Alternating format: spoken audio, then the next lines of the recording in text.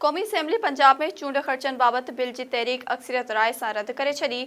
Speaker राजा परवेज़ अशरफ जी सदारत हेठि क़ौमी असेंबलीअ जो इजलास थियो, जंहिंमें नाणे बाबति क़ाइमा कमेटी तरफ़ां रिपोर्ट पेश कई वई। रिपोर्ट में चूंड ख़र्चनि बाबति पंजाब ऐं ख़ैबर पख्तूनख्वा बिल खे रद्द करे छॾियो।